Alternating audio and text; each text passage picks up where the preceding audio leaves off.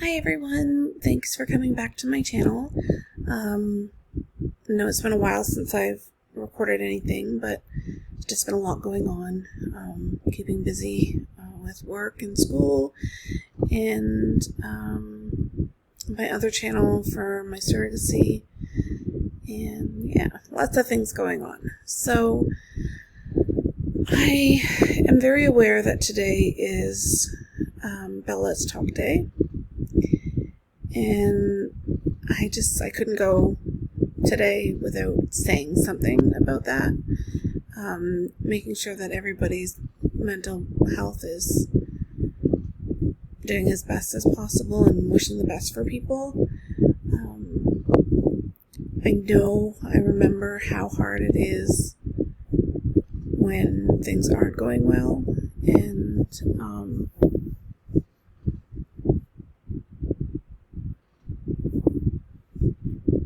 I really appreciate how far I've come. So I hope that through my channel and through my blog and through everything. Sorry, just making sure that the sound is coming up on this. I just want to make sure that, people know that they can get better, which is kind of the big thing that I focus on. However, I do understand how hard this past year and a bit it has been, just under a year, I guess. Feels like it's been forever. And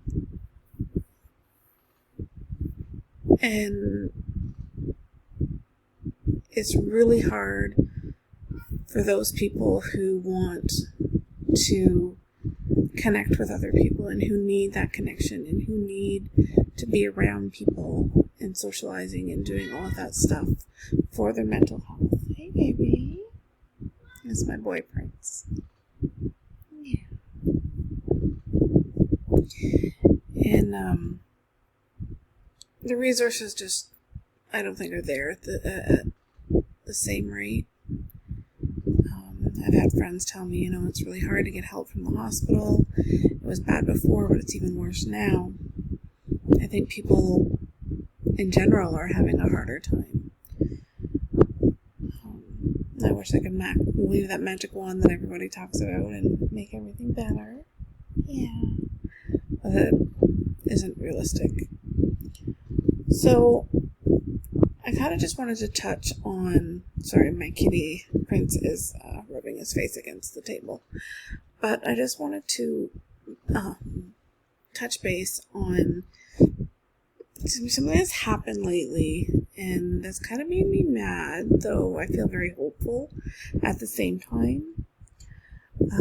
So I decided that we should look into moving outside of Durham region a couple months ago, and I've been looking off and on for a little bit longer than a couple months, but we finally found a place and decided that that's what we wanted to do, and arranged it. We have a place. I like our place. It's actually really nice, but it is expensive for our budget.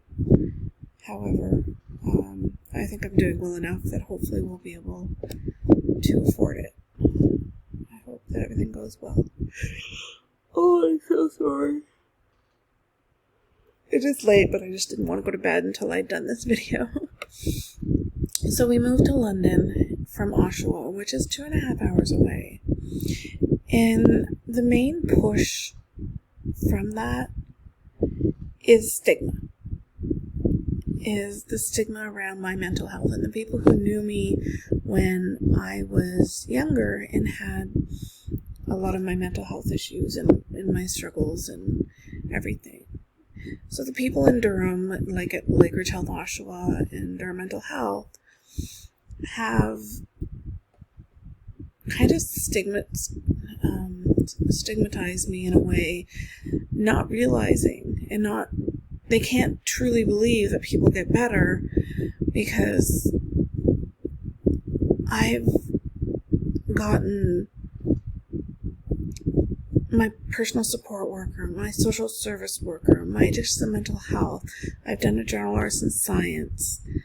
I have a lot of experiences and good things under my belt. And I even met with somebody from Durham Mental Health.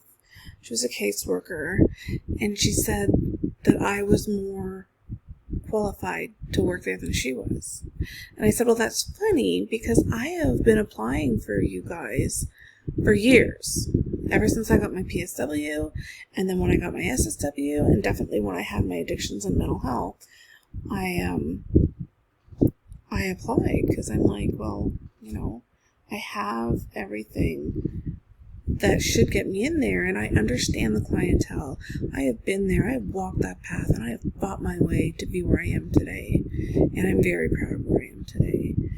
What I'm not proud of is how many people from places like Durham Mental Health or like Health Oshawa who say, let's end stigma, when they don't really believe it. Because if they did, I wouldn't have had to move to London in order to hopefully get a job in my community.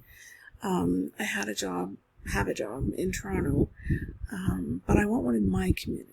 In the area that I live, I would like to work. And they know Crystal who's not well. They've never met Crystal who's got her shit together and who has fought and struggled as far as I have to be where I am today. And dog. And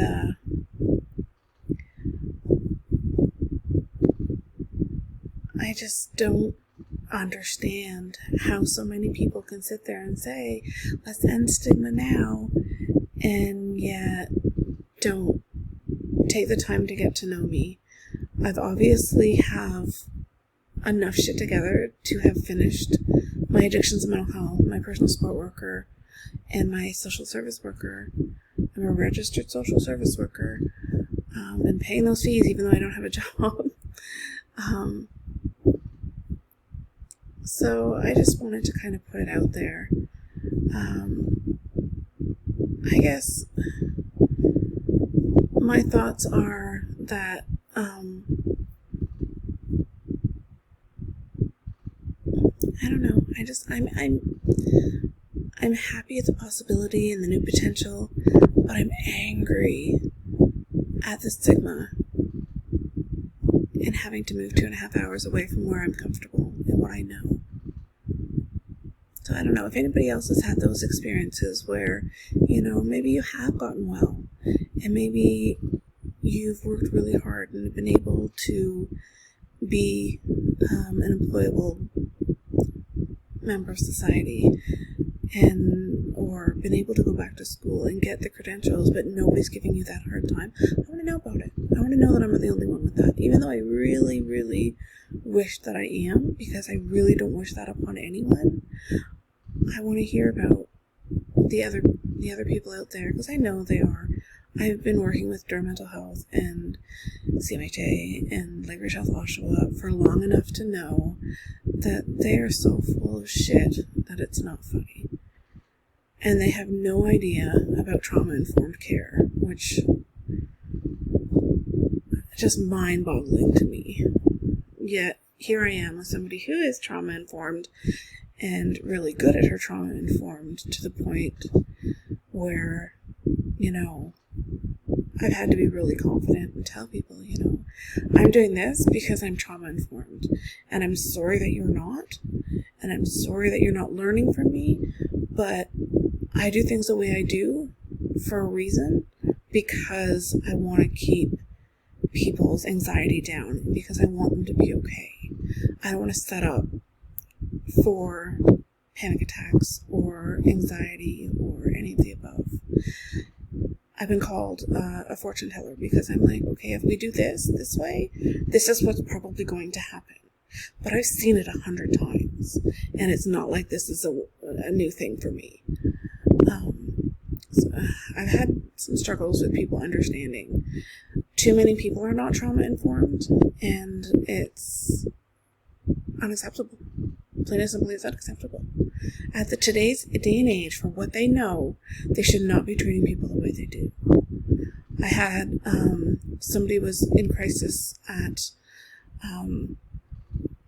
an art studio, and something triggered her, and she went under the table, and the first thing the staff there did was run to her and try to comfort her and touch her and pull her out from under the table. And I'm like, no, please let me deal with it. And I sat down beside her in a chair. I didn't get down on the floor, just in a chair, saying that, I talked to her just very little, minimal words, because I know she was in a dissociated state. And we talked about it after, and she said, oh my gosh, Crystal, if they had done what they were planning on doing, if you weren't there, an ambulance would have had to be called, because I would have been so distraught. And I said, I know. So it's unacceptable that people are not understanding this and not realizing this. And one of the biggest things with trauma is don't touch people. That should be basic alone. However, it's not. We have so far to go in this society that it's beyond my words. But I wanted to come and wish everybody a happy Bella Let's Talk Day. Every day should be Bella Let's Talk Day. They should have like 2% of every text being sent to mental health and recovery. However, if they want to do 5 cents for everyone one day, it's better than nothing. I think everybody should get involved, and everybody should be donating money toward mental health and making sure that there's the right resources out there and the right training, because it's unbelievable how misinformed and untrained people are, especially when it comes to trauma.